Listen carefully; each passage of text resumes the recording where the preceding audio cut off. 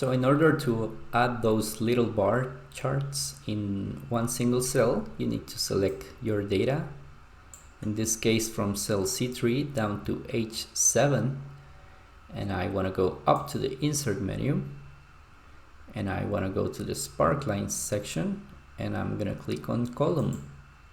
Okay, so the first thing it's asking me here is the data range, which I have already done from cell C3 to H7, and now it's asking for a location. So I want to put it here on column I, so I want to select from cell I3 down to cell I7.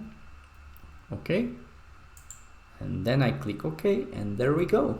You can also go up here to the show section and select high point, and it's gonna be showing you a different color for the highest number in your selection. So that's how you do a bar chart in a single cell. Thanks for watching that video. I hope it was helpful to you. If it was, please don't forget to like and subscribe. It doesn't cost you anything, and you'll be supporting entrepreneurship in Central America and motivating me to make more videos. Thanks again. See you next time.